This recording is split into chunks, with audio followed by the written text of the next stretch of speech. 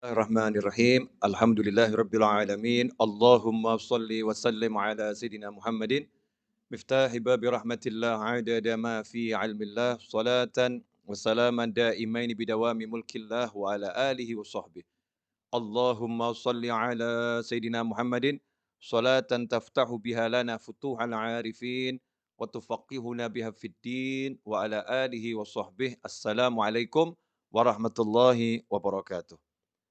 Sahabatku, saudara-saudaraku, kaum muslimin dan muslimat dimanapun antum berada, alhamdulillah kita bisa bertatap muka dalam keadaan sehat walafiat. Mudah-mudahan kesehatan lahiriah ini juga ditopang kesehatan batiniah, sehingga kita betul-betul sehat dalam arti yang sebenarnya di dunia sampai nanti ke jannah. Amin, Allahumma amin. Nah, menjadi manusia yang tenang. Pertanyaannya, kalau nggak jadi manusia yang tenang, mau jadi manusia yang seperti apa? Manusia yang kemerungsung kalau bahasa Jawa. Kemerungsung itu dalam bahasa Arabnya al-ajalah. Al-ajalah itu bukan tergesa-gesa. Walaupun salah satu arti al-ajalah adalah ketergesa-gesaan. Ketergesa-gesaan itu hanya salah satu wujud karena orang tidak tenang. Maka dikatakan dalam sebuah riwayat, "Ata'anni minallah wal ajalah minasyaiton." Atau kama qala sallallahu.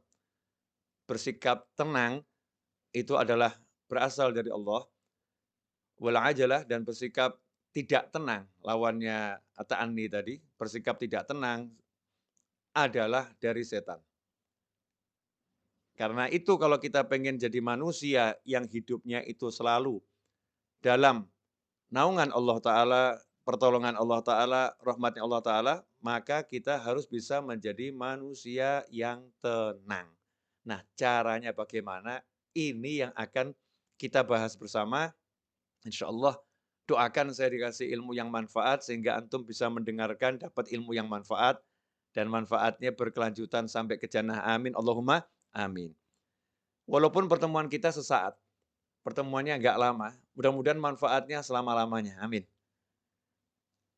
Kenapa kita jadi tidak tenang? Jawabannya adalah karena kita merasa terancam.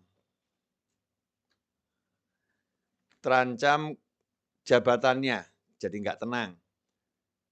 Terancam batas waktu pengerjaan tugasnya, jadi nggak tenang. Terancam batas waktu membayar hutang.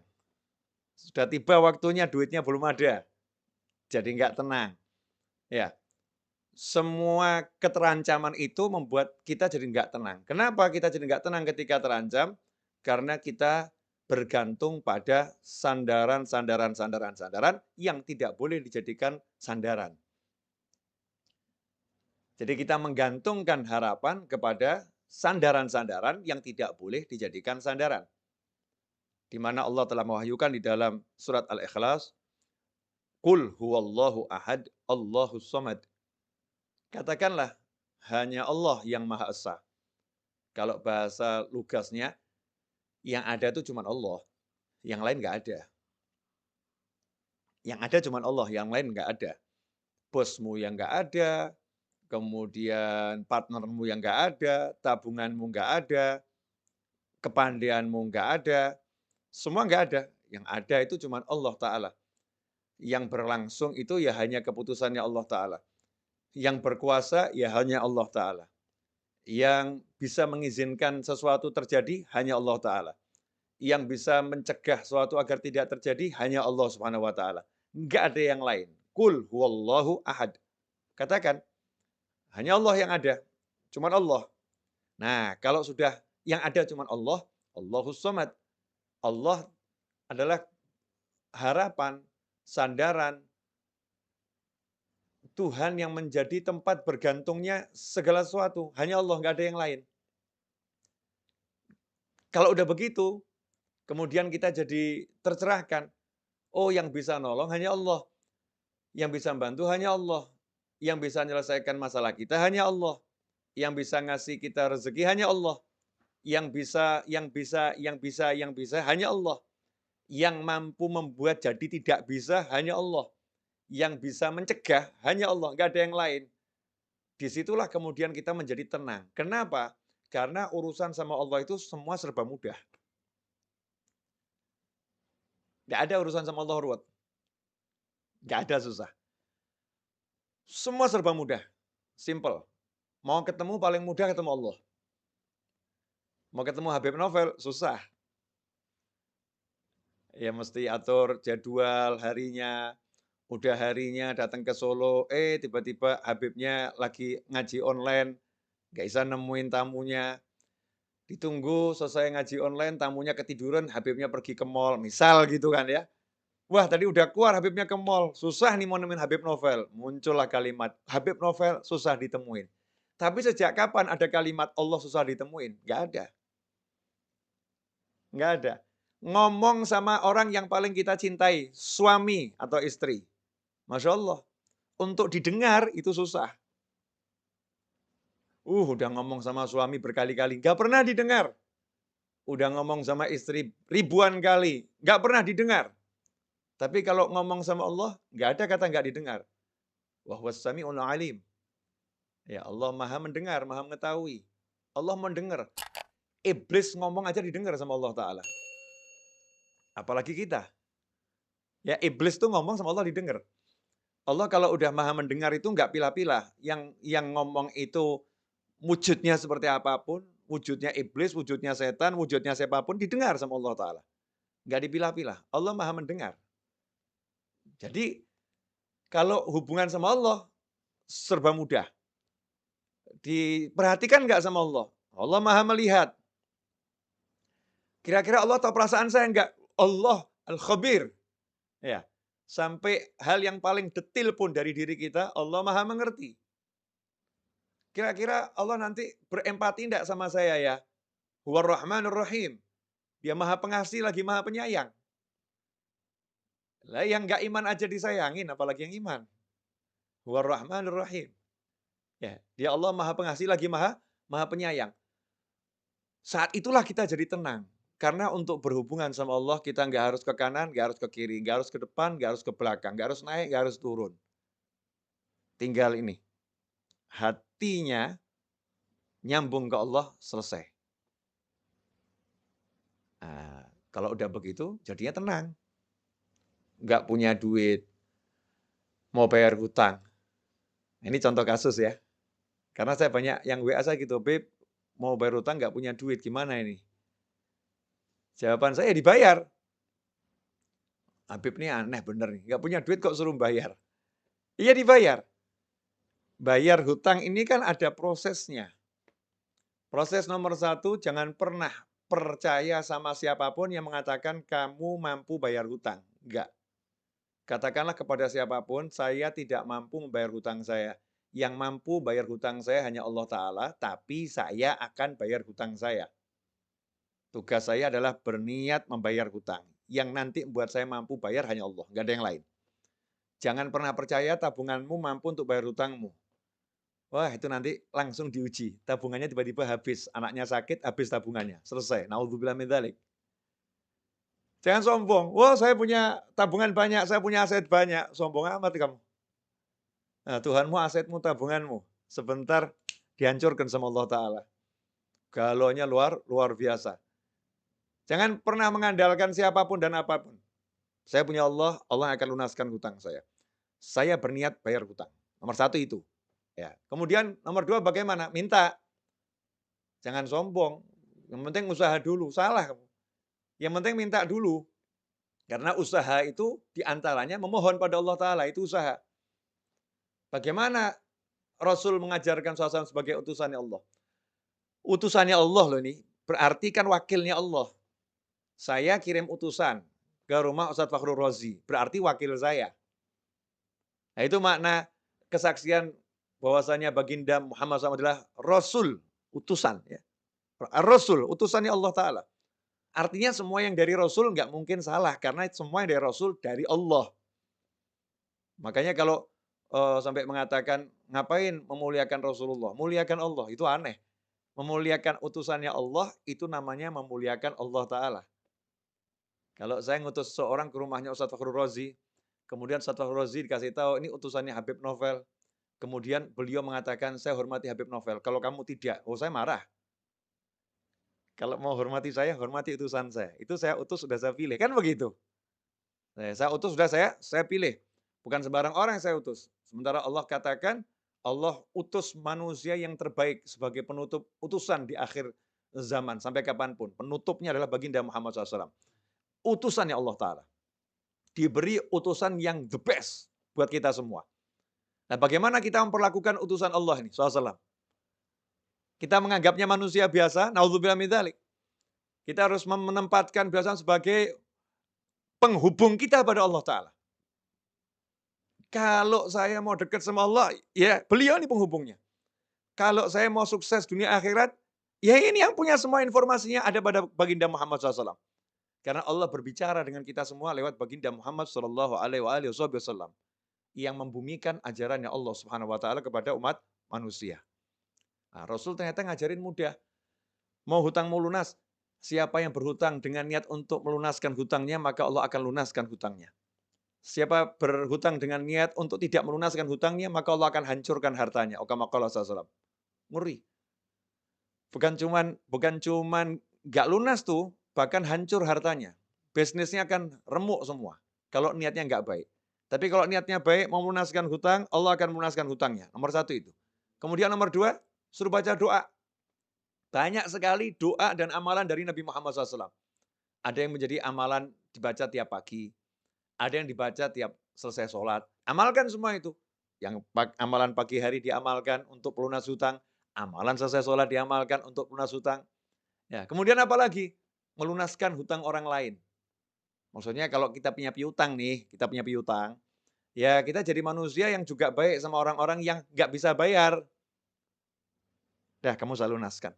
Kamu saya lunaskan. Walaupun kita masih punya hutang banyak ini. Tapi ini orang-orang susah semua, nggak bisa bayar.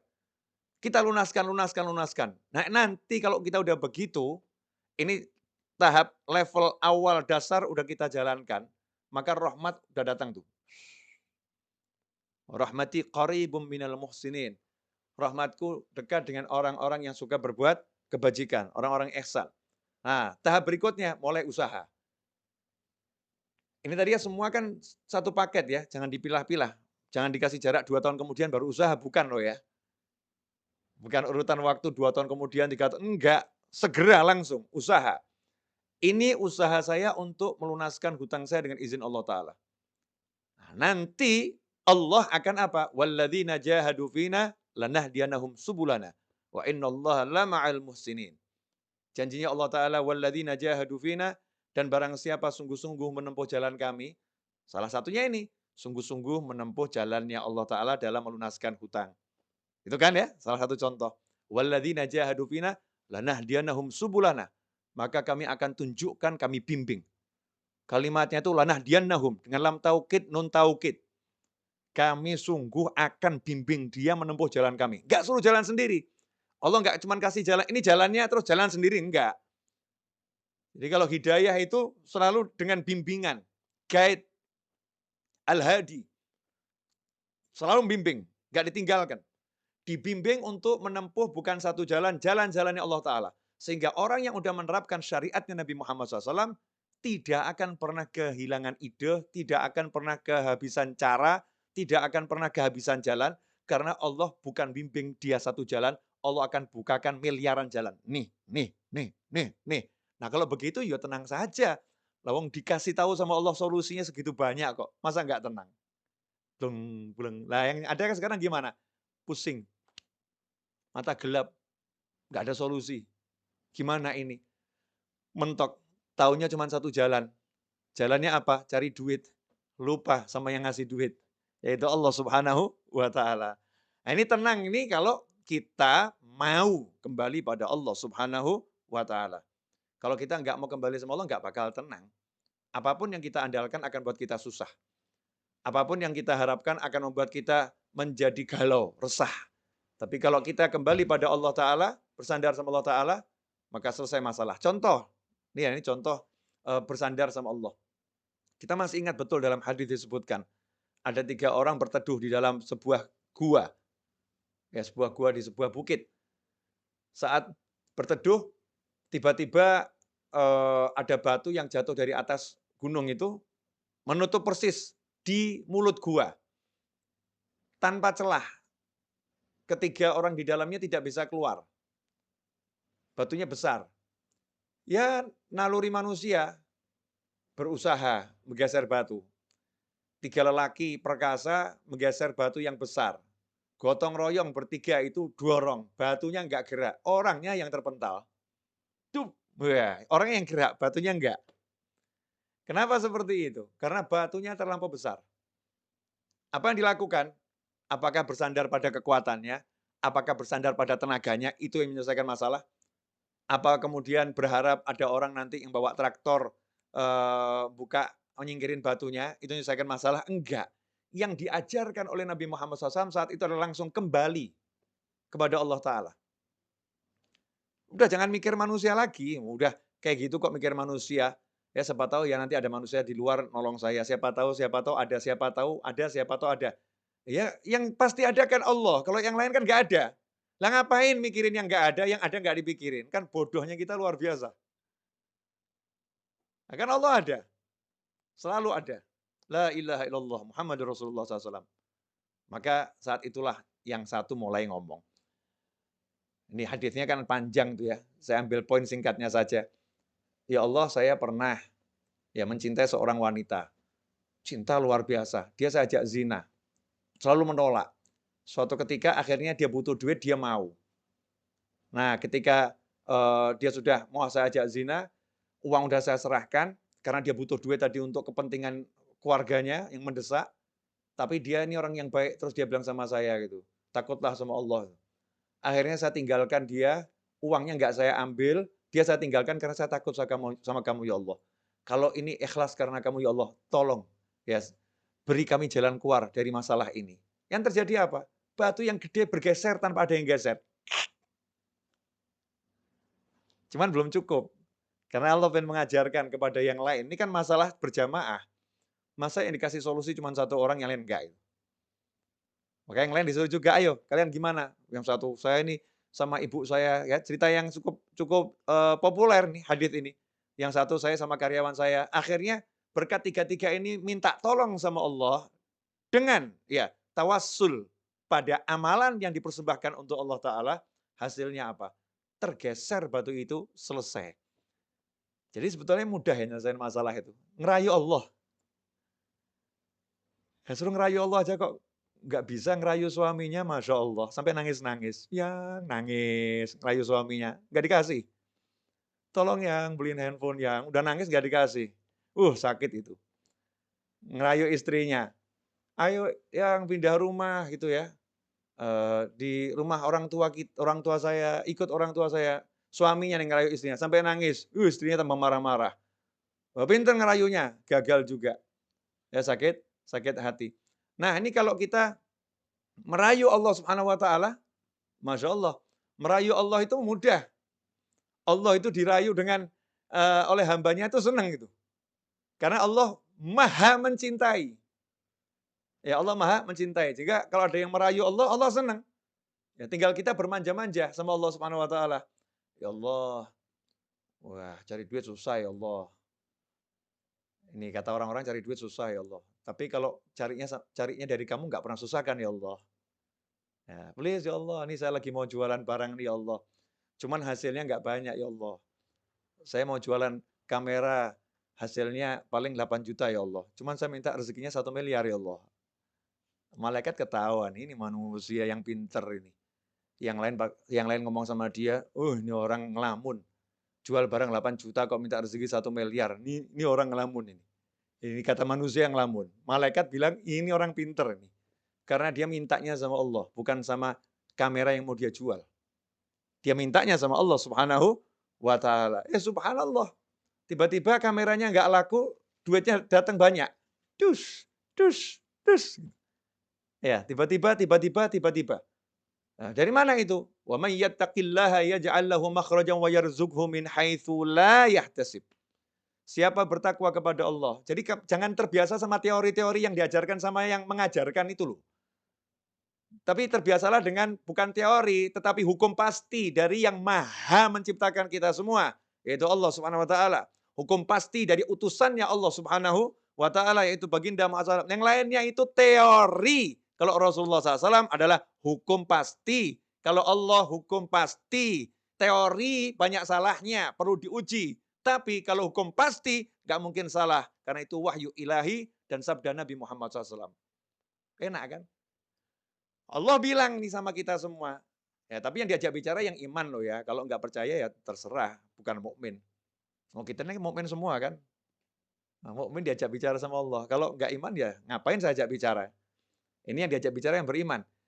Wa may yattaqillaha, kalau udah bicara iman jangan pakai akal. Ini akal nih suka membuat orang yang beriman jadi rusak imannya.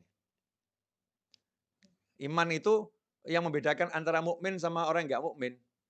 Yang nggak mukmin pakai akal saja. Tapi kalau yang mukmin nggak butuh akal dia. Aku percaya sama Allah kok. Nah gimana? Ya urusannya Allah. Aku percaya sama Allah, selesai. Itu mukmin. Walaupun orang yang beriman akalnya dipakai untuk menambah keimanannya. Ya, untuk memperkuat keimanannya, untuk menyampaikan kepada orang lain agar bisa menjadi beriman pula. Tetapi ketika dia beriman, dia nggak butuh akal gitu. Dia cukup membutuhkan hatinya yang meyakini Allah Subhanahu wa taala. Subhanallah. Wa may yattaqillaha. Allah yang bilang nih, dan barang siapa yang bertakwa kepada Allah. Takwa itu gampang kok. Saya bilang takwa itu susah. Walaupun kita kan takwanya masih ya begini begitu, tapi takwa itu gampang. Simple. Yang diperintah jalankan, yang dilarang tinggalkan. Selesai toh? Kayak gini loh, kayak gini. Wah, zaman sekarang ini mau ke mall aja susah nih. Mesti punya aplikasi Peduli Lindungi. Mesti harus sudah divaksin. Mau ke mall aja susah. Nggak susah toh ya? Ya jalankan saja peraturannya. Kalau kamu sudah vaksin, punya aplikasi Peduli Lindungi, kamu ke mall, mudah, nggak susah. Kan gitu. Nah, begitu pula dalam kehidupan kita dengan Allah Ta'ala, simple. Kamu laksanakan perintah Allah, kamu jauhi larangan Allah, Allah laksanakan janjinya kepadamu. Wa may yattaqillaha, apa yang didapatkan? Yaj'al lahu makhraja. Hal yang paling ruwet dalam hidup manusia itu kalau jalan buntu. Betul ya? Jalan buntu. Ngelamar anaknya orang, ditolak, jalan buntu. Pusing dia. Ngelamar kerjaan di kantor, jalan buntu, pusing dia. Ya, mau bayar hutang nggak ada duit, jalan buntu, pusing dia. Maka janjinya Allah Ta'ala buat yang percaya sama Allah, yang mau ikuti aturannya Allah Ta'ala, wa may yattaqillaha, siapa takwa sama Allah, apa yang Allah janjikan nomor satu? Yaj'al lahu makhraja. Don't worry. Jangan khawatir, ojo wedi. Jangan takut kamu. Ya, jangan takut. Kenapa? Yaj'al lahu makhraja. Dia Allah akan selalu. Oh, ini harus digaris bawah ini. Dia Allah akan selalu yaj'al lahu, memberikan kepada dia yang bertakwa pada Allah Ta'ala makhraja, jalan keluar. Batu nutupin segede apapun, orangnya bertakwa, Allah kasih jalan keluar. Kehidupan dunia sengeri apapun, orangnya bertakwa, Allah kasih jalan keluar. Makanya buat orang yang bertakwa, tenang. Yang lain heboh, ini gimana, ini bagaimana. Tenang dia. Nanti saya akan diberi solusi sama Allah. Nanti saya akan diberi solusi sama Allah. Yang lain nanya, lah solusinya bagaimana? Solusinya apa? Ya kan nanti Allah yang kasih. Ngapain saya pikir sekarang? Yang ngasih Allah kok saya yang mikir. Tuh, seperti Nabi Musa alaihissalam. Nabi Musa sama Bani Israel ketemu lautan yang luas. Umatnya bingung waktu itu. Gimana depan lautan, belakang Fir'aun ngejar. Nabi Musa santai. Ya. Kalla inna ma'ya rabbi sayahdin. Kalla. Sungguh nggak mungkin kita celaka. Inna ma'ya rabbi. Allah bersamaku. Sayahdin. Nanti dia Allah akan beri saya petunjuk. Nanti dia Allah akan beri saya petunjuk. Hasilnya apa? Dikasih sama Allah solusi. Jalan keluar. Jalan keluarnya bagaimana prosesnya? Simple. Nggak ribet. Nggak cari pasukan. Nggak cari relawan, nggak cari tambahan manusia untuk bantu perjuangan, nggak cari A sampai Z, ya memakai yang sudah ada di tangan, yang ada di tangan Nabi Musa alaihissalam, nggak jauh-jauh loh. Ya udah tongkatmu pukulkan ke laut. Solusi yang nggak masuk akal manusia. Dek, laut terbelah, Nabi Musa dan pengikutnya selamat, Fir'aun tenggelam dan binasa. Diabadikan sampai akhir zaman dan sepanjang masa. Selesai masalah. Ya ja'allahu makhraja. Selalu diberi solusi oleh Allah Ta'ala. Selalu diberi jalan keluar oleh Allah Ta'ala. Gak cukup itu. Plus, وَيَرْزُقْهُ مِنْ حَيْثُ لَا يَحْتَسِبْ. Dan Allah akan selalu beri dia rezeki yang gak pernah bisa diperhitungkan oleh dia ataupun yang lain. La yahtasib. Jadi orang yang dekat sama orang bertakwa ini kalau kalkulasi rezekinya pasti pusing. Udah lah, gak mungkin ketemu. Mau pakai jurus model apapun. Kok bisa ya? Kok bisa? Nanti kok bisa gitu. Karena Allah suka ngasih surprise sama hambanya yang bertakwa. Surprise. Surprise. Gitu. Allah ngasih kejutan. Nih. Sampai kita bingung nih. Bertubi-tubi dikasih rezeki sama Allah Ta'ala. Min haitsu la yahtasib. Dari arah yang gak pernah bisa dia perkirakan. Dia sehebat apapun punya ilmu, apa tuh Mas Eto, kalau untuk memprediksi namanya apa itu? Kita kalau misalnya punya data, apa itu istilahnya itu, seperti Google tuh punya, kalau Google bisa bagus itu karena punya, bukan AI Mas itu. Namanya, ilmunya kalau di matematika itu, saya sudah nggak sekolah soalnya. Apa nih Mas Seto, atau ini siapa pemirsa yang tahu nih? Ya, coba ditulis di chat. Apa namanya itu? Statistik, ya ketemu. Nanya sama kalian nggak dijawab, udah nanya sama langit. Statistik. Gitu. Ilmu statistik.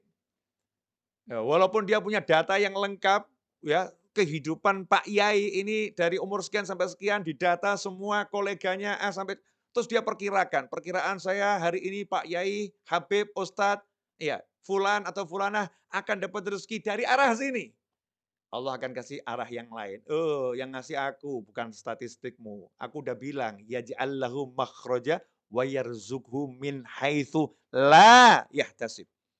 Udah la yahtasib, udah jangan kamu hitung. Jangan kamu pikir. Jangan kamu cari-cari, nggak bisa. La yahtasib. Allah udah bilang, nggak pernah bisa diduga rezekinya orang yang bertakwa.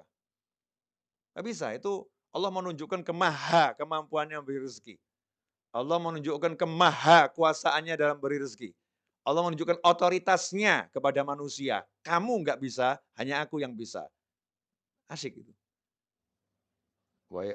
Min haitsu la yahtasib. Jadi tenang, orang bertakwa itu nggak pernah mikirin rezekinya hari ini atau besok. Tugasnya apa? Jalankan perintah, tinggalkan larangan. Perintahnya suami cari nafkah. Ya, cara cari nafkah keluar ke pasar misalnya. Ya keluar ke pasar. Perintahnya ketika keluar ke pasar bagaimana? Berdoa. Perintahnya ketika di pasar bagaimana? Baca doa, jaga pandangan, jaga pendengaran. Cari rezeki ke pasar, ngerumpi, gunjing, ghibah, namimah. Masya Allah. Teriak-teriak, saya tiap hari udah ke pasar, saya udah kerja. Kamu kerja nggak pakai caranya Allah? Bagaimana kamu dapat rezeki yang surprise? Makanya rezeki kamu ya hitung-hitungan tadi. Pusing kepalanya. Ya, pusing kepalanya. Ikhwani rahimakumullah. Nah, ini yang perlu dipahami, bahwasanya kalau orang udah percaya sama Allah Ta'ala, tenang hatinya. Dia nggak akan pilih cara-cara yang lain. Mau pakar A sampai Z yang nggak ngurus, yang dia urus caranya Allah, cara Rasulullah SAW. Nah, nanti termasuk caranya Rasulullah, itu caranya ulama. Ya bagaimana pendapat para ulama, bagaimana petunjuk para ulama, hidupnya hanya begitu. Oh hidup ini singkat kok, mohon maaf loh ya. 60-70 tahun itu rata-rata umur kita. Wong hidup sampai 60-70 tahun kok cuman dibuat mikir cari duit, itu kan bodohnya kita luar biasa. Oh duit itu nggak usah dicari ya, pasti datang kok. Tapi ya usaha. Nah usaha itu doa, ya, usaha itu pergi ke pasar, kan gitu. Tapi jangan mikir cari duit, jangan.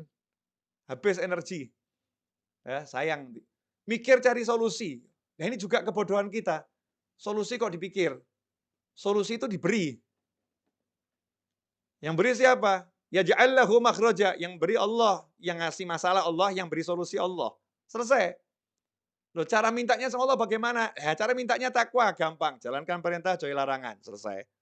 Ini sekarang sukanya yang aneh-aneh, suka hidup ruwet, mumet, pusing, ya, pakai cara-cara yang nggak benar, cara yang nggak beres, cara yang benar, yang beres nggak dijalankan, yang nggak beres apa namanya, dijalankan, yang beres nggak dijalankan. Ini menyebabkan kita hidup dalam ketidaktenangan. Maka untuk menjadi manusia yang tenang, kita harus betul-betul Qul huwallahu ahad, Allahus somad. Nah, insyaallah 30 menit saya berbicara ini barokah, ya, manfaat, kendati seperti yang tadi saya sampaikan, singkat, ya, mudah-mudahan manfaat, dan sampai nanti jannah manfaatnya nggak berhenti. Terus, ya, terus nyambung manfaatnya, karena kita bersama-sama belajar untuk menjadi manusia yang ingat kembali bahwasannya untuk menjadi tenang mudah kembali pada Allah, maka kita akan menjadi tenang setenang-tenangnya.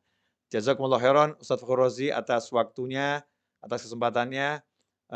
Insyaallah kita ketemu lagi di waktu yang akan datang, dan semoga Ustaz Fakhr Razi beserta sekolahannya, ya, beserta guru-guru yang di sana, wali murid, semua yang bekerja di sana, diberi oleh Allah Ta'ala kemudahan dalam segala hal yang diridhoi Allah Ta'ala, dijauhkan dari segala kesulitan, dari segala petaka, musibah, diberi kesehatan lahiriah dan batiniah, dijadikan anak didiknya bisa menjadi orang-orang yang semakin bertakwa pada Allah Subhanahu wa taala, dan mudah-mudahan diberi rezeki zahiran wa batinan, berlimpah ruah, datang dari segala arah tanpa susah payah, dan insya Allah kita semua oleh Allah Subhanahu wa taala dijadikan sebagai orang-orang saling mencintai di jalan Allah, orang-orang saling menyayangi di jalan Allah, saling mengunjungi di jalan Allah, dan kelak kita dipertemukan dengan baginda Muhammad sallallahu alaihi wasallam, dan semoga setelah usia panjang dalam semua kebaikan, kenikmatan, ketaatan, keridhaan, kebaikan, kekayaan, kemudahan, kesenangan, kita diberi akhir usia husnil khatimah.